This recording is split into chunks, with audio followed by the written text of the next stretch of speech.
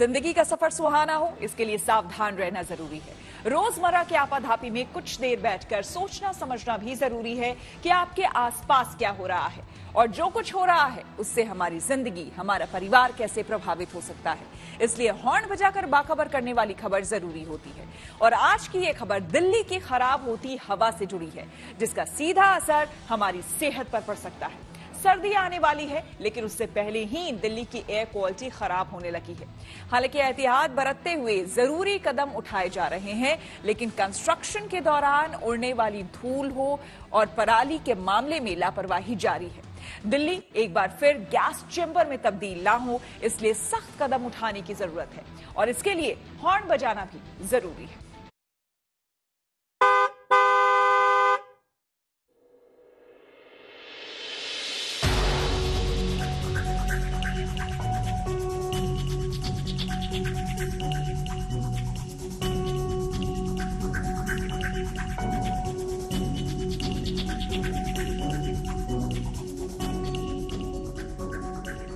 अक्टूबर अभी आधा भी नहीं गुजरा, पर दिल्ली की फिजा में जहर घुलने लगा है। सर्दी अभी आई नहीं, लेकिन दिल्ली एनसीआर में एयर क्वालिटी खराब होने लगी है। और ऐसा क्यों है, ये इस तस्वीर से समझिए। सराय काले खां इलाके में रैपिड मेट्रो का काम चल रहा है, जिसकी वजह से हर तरफ धूल ही धूल है। लेकिन जब दिल्ली के पर्यावरण मंत्री गोपाल राय निरीक्षण करने गए, तो ये देखकर हैरान रह गए कि प्रदूषण रोकने के लिए बनाए गए नियमों का जरा भी पालन नहीं हो रहा। इस तस्वीर को देखकर सवाल लाजिमी है कि क्या सर्दियों में दिल्ली गैस चैम्बर बनने से बच जाएगी? प्रदूषण और पराली के मामले में जो कदम उठाए जा रहे हैं, उस पर सुप्रीम कोर्ट ने भी रिपोर्ट मांगी है। इसलिए जरूरी है कि इसे लेकर सावधानी वाला हॉर्न बजाया जाए।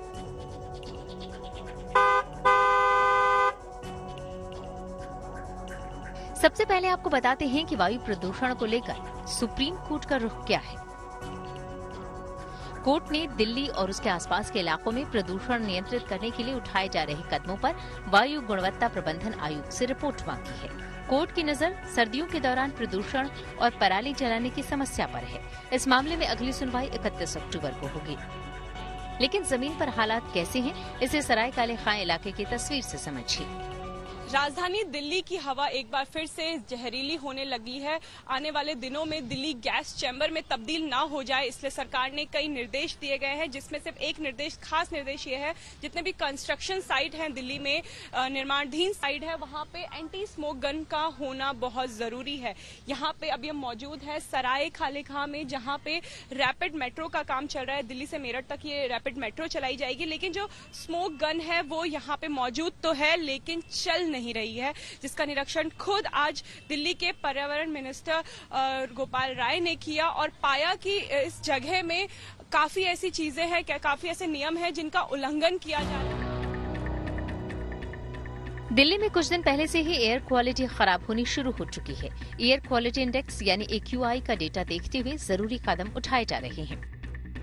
एनसीआर में ग्रेडेड रिस्पांस एक्शन प्लान यानी ग्रैप का पहला चरण लागू कर दिया गया है। तत्काल प्रभाव से तमाम पाबंदियां लागू हो गई हैं। दिल्ली सरकार ने विंटर एक्शन प्लान के तहत एंटी डस्ट कैंपेन शुरू कर दिया है, जो 7 अक्टूबर से 7 नवंबर तक चलेगा। सरकार एंटी डस्ट अभियान का सख्ती से निरीक्षण भी कर रही है, लेकिन ऐसी लापरवाही उसके इरादों पर पानी फेर देती है। बहरहाल रैपिड रेल बना रही कंस्ट्रक्शन कंपनी को नोटिस देकर जवाब मांगा गया है। पूरे दिल्ली के अंदर ये एंटी डस्ट कैंपेन चल रहा है 7 तारीख से।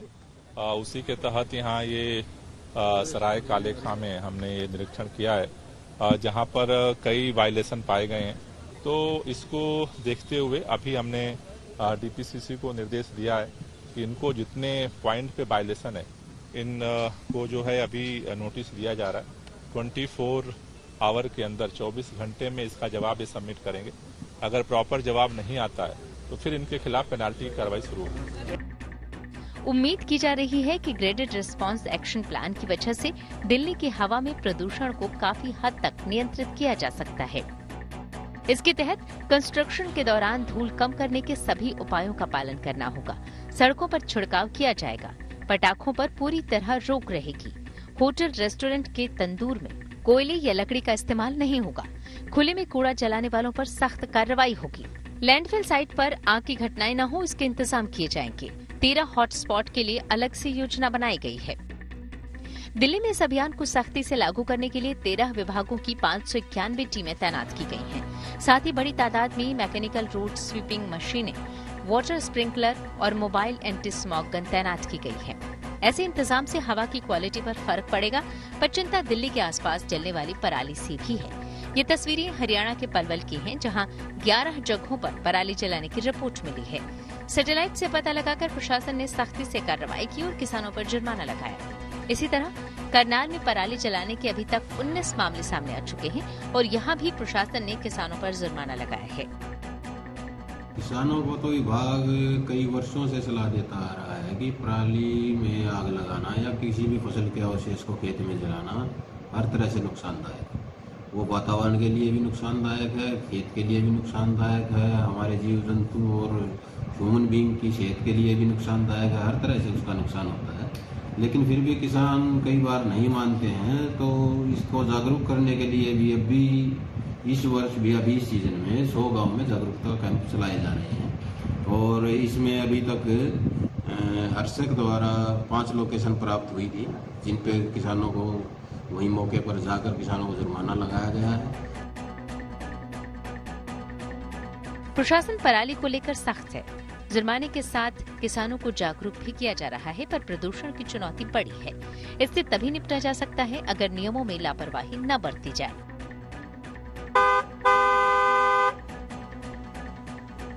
दिल्ली से अनामिका गौड़ के साथ bureau report, good news today.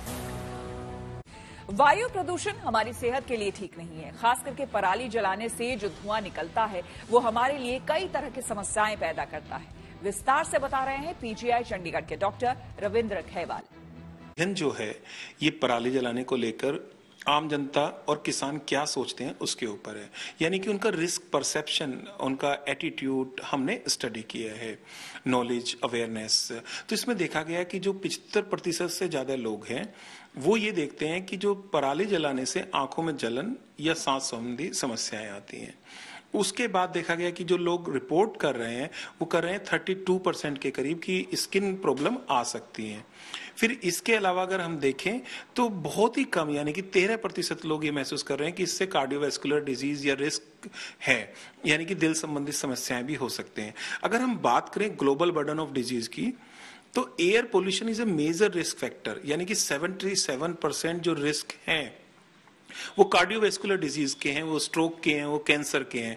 लेकिन ये जो जानकारी है ये फार्मर को अभी नहीं है कि air pollution is a risk factor to cardiovascular disease, stroke and cancer. वो अभी भी इसका जो रूट है, यानी कि जब हम धुआं देखते हैं तो हमारी आंखों पर और स्किन पर या हमारे लंग्स में जाता है तो हम उसी को अपना खतरा मान लेते हैं। बट इससे जो संबंधित बीमारियां हैं वो किस तरह से गंभीर प्रभाव डाल रहे हैं वो नहीं देख पाते। तो उसके लिए फार्मर को जागरूक करना जरूरी है ताकि वो भी चिंतनशील हो। और इसको काफी, जैसे हमने देखा है कि सिग्निफिकेंट जो है गिरावट लास्ट ईयर आई है लगभग 50%, वो और कम हो, क्योंकि वो भी जब इसके खतरों को जानेंगे तो वो भी हमारे साथ आने को तैयार होंगे।